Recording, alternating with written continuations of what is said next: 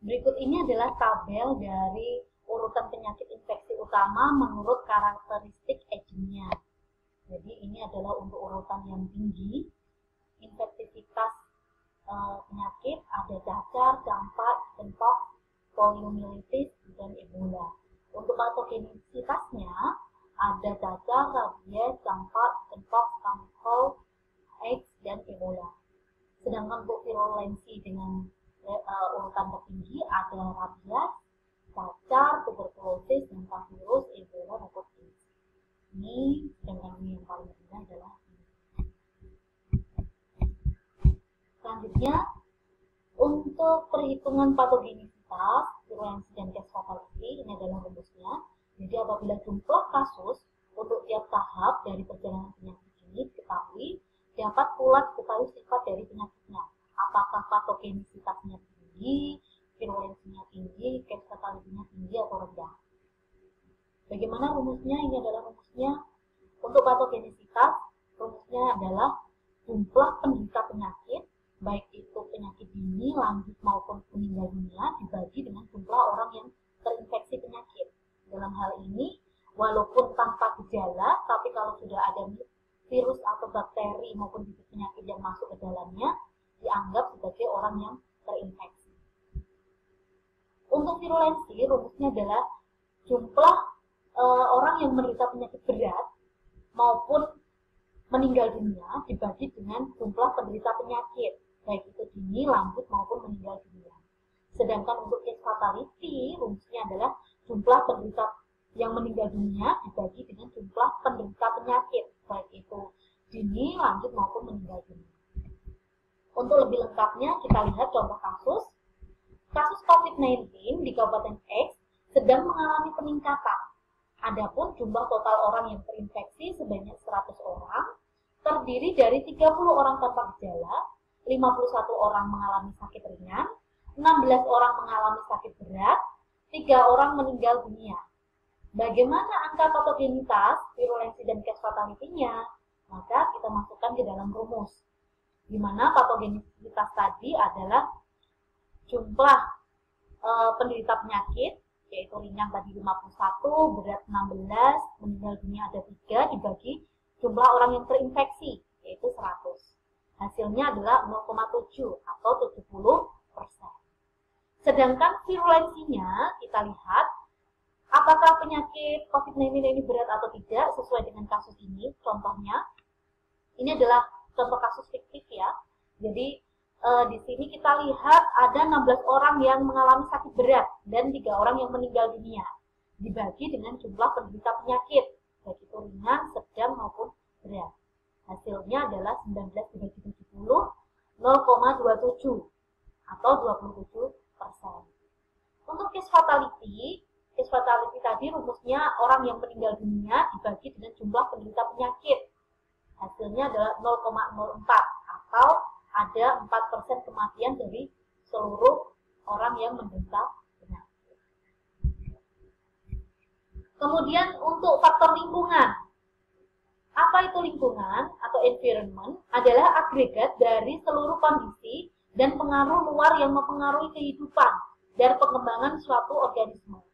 Lingkungan berfungsi sebagai reservoir atau tempat tinggal bibit penyakit. Ada lingkungan fisik yang terdiri dari geologi, iklim, geografi.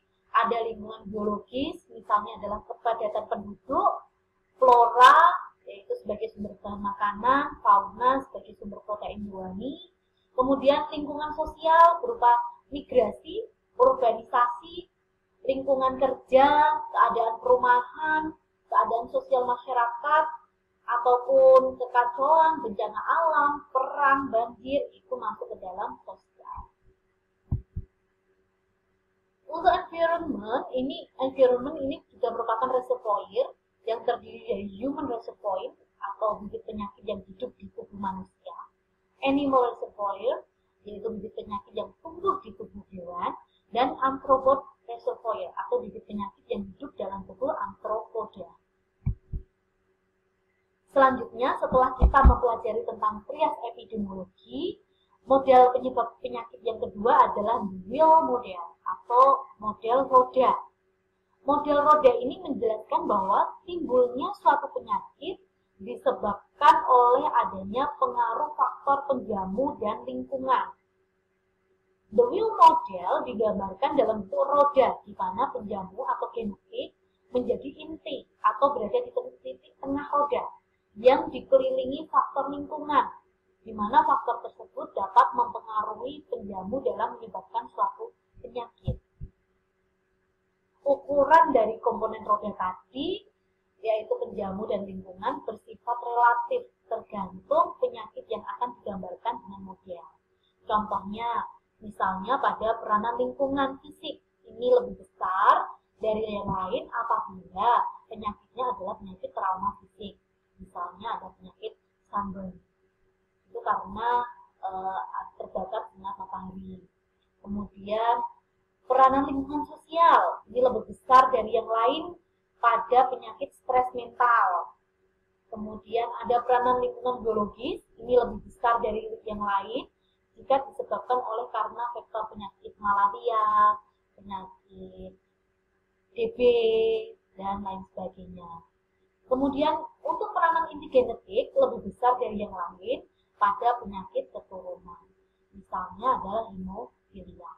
Jadi saya ulangi sekali lagi bahwa penjamu inti genetik maupun faktor lingkungan ini relatif besarnya tergantung dengan jenis penyakitnya. Kalau jenis penyakitnya berhubungan dengan mental, berhubungan dengan sosial, maka yang lebih besar pengaruhnya adalah peran lingkungan sosial. Kalau hubungannya dengan faktor genetik, misalnya karena penyakit hemofilia tadi atau penyakit kanker yang disebabkan oleh genetik, maka yang lebih besar adalah peranan inti genetiknya dan sebagainya. Ini contoh dari wheel model atau roda epidemiologi. Di sini ini adalah genetik atau inti genetiknya manusia. Di sini peran sosial tinggi, mungkin bisa jadi adalah penyakit yang berhubungan dengan psikologis, kemudian physical environment dan biological environment. Yang ketiga, kita akan mempelajari model the web of causation. Menurut teori ini, suatu penyakit terjadi karena hubungan sebab akibat. Dengan adanya sebab, maka akan muncul suatu akibat. Peran studi epidemiologi untuk mengidentifikasi faktor risiko yang menjadi penyebabnya. Sehingga apa?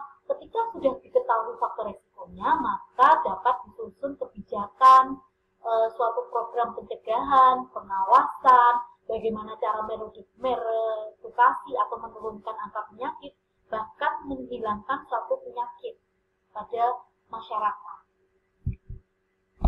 Ini adalah contohnya jaring laba-laba atau the web causation pada penyakit tuberkulosis. Jadi penyakit tuberkulosis ini sebenarnya disebabkan tidak hanya pada satu hal, yaitu karena infeksi Mycobacterium tuberculosis saja, tetapi karena berasal dari beberapa faktor yang berpengaruh, yaitu penyebab faktor risikonya adalah dari genetik misalnya, dari vaksinasi, apakah sudah pernah divaksinasi BCG untuk mencegah penyakit TBC sebelumnya, apakah seseorang tersebut mengalami malnutrisi atau gizi buruk, apakah terjadi crowding atau keramaian kepadatan penduduk pada daerah tempat tinggalnya. Nah, kemudian faktor-faktor risiko ini jika memang terjadi pada individu tersebut akan semakin meningkatkan terjadinya penyakit apabila ditambah dengan adanya paparan Mycobacterium tuberculosis. Jadi faktor risiko ini akan semakin meningkat jika ditambah dengan paparan Mycobacterium tuberculosis, sehingga muncullah infeksi yang kemudian masuk ke dalam jaringan tubuh dan bereaksi menimbulkan sakit tuberkulosis. Ini adalah jaring-jaring laba-laba dari penyakit tuberkulosis atau the web causation dari penyakit tuberkulosis.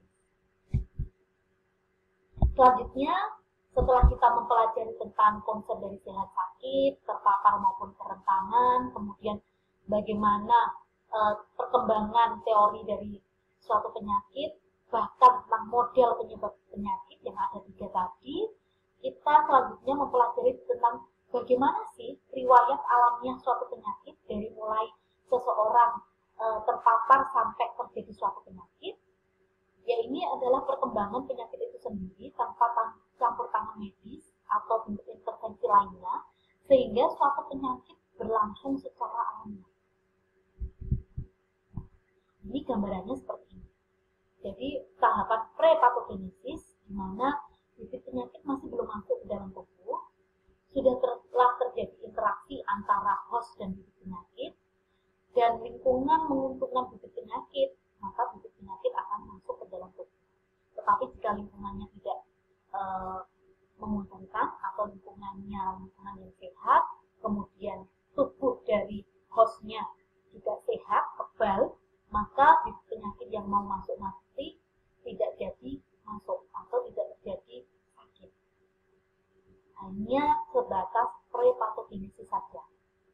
Tetapi kalau ternyata lingkungannya mendukung, kemudian seseorang tersebut mengalami rentan terhadap penyakit, maka bibit penyakit dapat masuk ke dalam tubuh, yaitu proses inkubasi, yaitu proses antara masuknya bibit penyakit sampai terjadi gejala penyakit. Untuk proses inkubasi ini, gejala penyakit masih belum tampak, walaupun bibit penyakit sudah masuk ke dalam tubuh. Kapan gejalanya tampak? Ketika sudah masuk tahapan patogenesis, baik itu dini, lanjut maupun sudah terhenti. Nah, untuk penyakit dini, maka bibit penyakit ini sudah menimbulkan tanda gejala, walaupun awal. Kalau sudah lanjut, tanda gejalanya sudah semakin berat.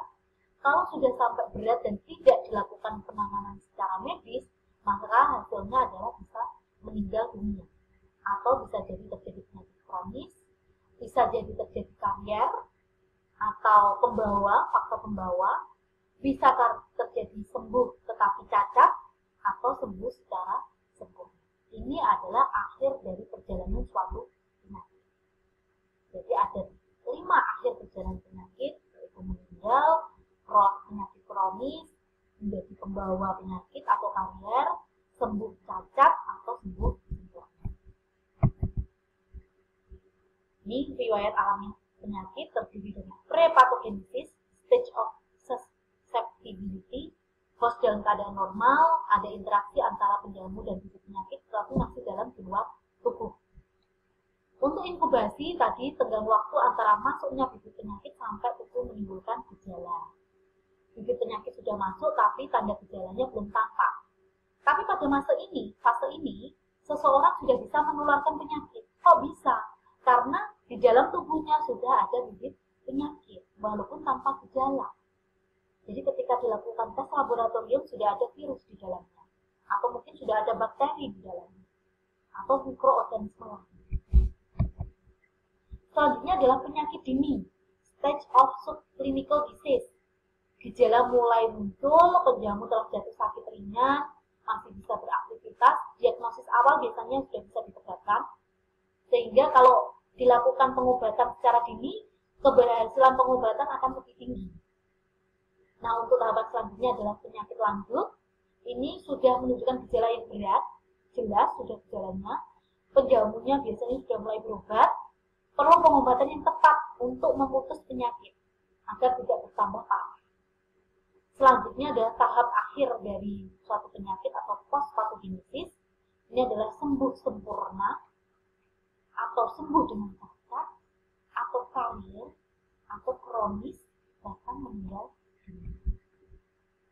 Ini adalah riwayat dari alamiah penyakit. Manfaatnya untuk uji diagnostik, untuk pencegahan, maupun untuk terapi. Dari diagnostik bisa dilihat dari keluhan dan masa inkubasinya, pencegahan bisa dengan mengetahui sifat-sifat biologis kumannya, atau musim kapan penyakitnya terjadi, atau mungkin karena kecenderungan geografis.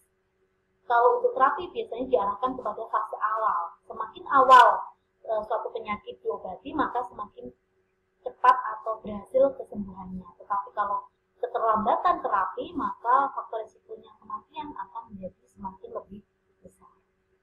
Ini tadi adalah riwayat